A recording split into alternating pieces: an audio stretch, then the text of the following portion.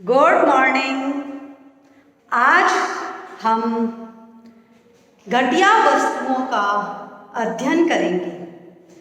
जब हम घटिया वस्तु यानी इंफीरियर गुड की बात करते हैं तब इसके साथ गिवन गुड्स की तुलना करना ज़रूरी हो जाता है। घटिया वस्तुएं वे वस्तुएं होती है जिनके अंतर्गत मांग का नियम लागू होता है, लेकिन गिवन गुड्स वे वस्तुएं होती हैं जिनके अंतर्गत मांग का नियम लागू नहीं होता है। हम यूटिलिटी एनालिसिस के अंतर्गत दो प्रकार की अप्रोचेस को देखते हैं, कॉर्डिनल और ऑर्डिनल। इसमें से हम केवल ऑर्डिनल अप्रोच के अंतर्गत ही कीमत प्रभाव, आय प्रभाव और प्रतिस्थापन प्रभाव की बात करते हैं। यहाँ हम आज घटिया वस्तुओं के संदर्भ में इन तीनों प्रभावों को देखेंगे। घटिया वस्तु के इन प्रभावों को हम चित्र के द्वारा बहुत अच्छे से देख सकते हैं। चित्र में हमने ओ एक्स अक्ष पर एक्स वस्तु की मात्रा, ओ वाई अक्ष पर वाई वस्तु की मात्रा को दर्शाया है। प्रारंभिक कीमत रेखा TL1 है। यदि और इस TL1 पर उपभोक्ता IC1 के D बिंदु पर संतुलन में है और यहाँ X वस्तु की OM मात्रा का उपभोग कर रहा है। यदि X वस्तु की कीमत में कमी हो जाती है तब कीमत रेखा परिवर्तित होकर TL1 से TL2 हो जाती है और यहाँ पर उपभोक्ता IC2 के R बिंदु पर संतुलन में है, जहां X वस्तु की OT मात्रा का उपभोग कर रहा है। गिवन वस्तुओं के संदर्भ में मांग का नियम लागू होता है, यह हमने अभी बताया था। यहाँ यह स्पष्ट करना आवश्यक है कि मांग का नियम क्या है। जब वस्तु की मांग की मात्रा और कीमत में विपरीत संबंध होता है तो उसे हम मांग का नियम कहते हैं। Inverse relationship between price and quantity of demand of any good. यहाँ पर जब X वस्तु की कीमत में कमी होती है तो उसकी मांग की मात्रा के अंतर्गत MT की वृद्धि हो रही है। यह कीमत प्रभाव है और जब उपभोक्ता एक वस्तु की कीमत में कमी होने पर उसकी वास्तविक आय में वृद्धि हो जाती है तब उसकी हम वास्तविक आय को इतना कम कर देते हैं कि वह पहले वाले तटस्थ वक्र पर ही आ जाए।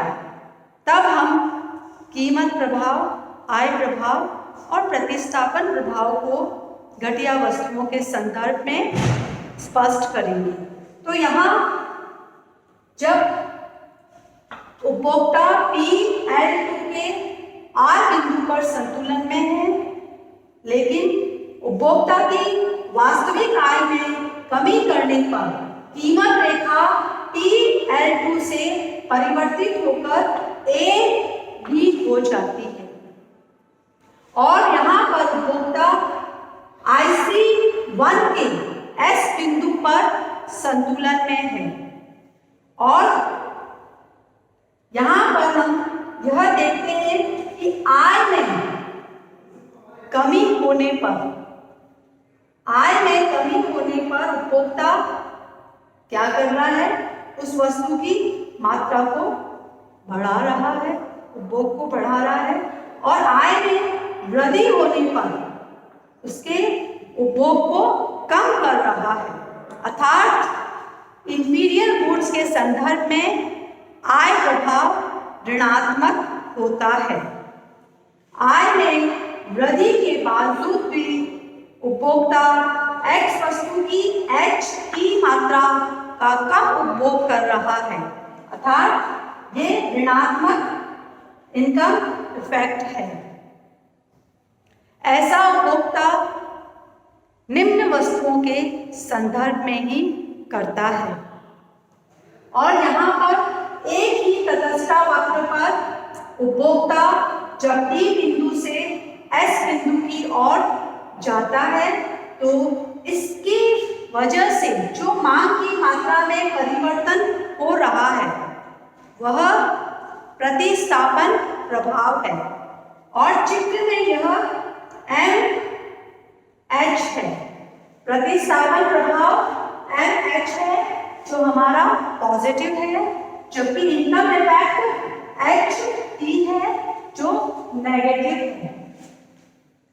यहाँ हम यह देखते हैं कि जो ऋणात्मक आय प्रभाव है उसकी तुलना में प्रतिस्थापन प्रभाव जो पॉजिटिव है वह अधिक होता है।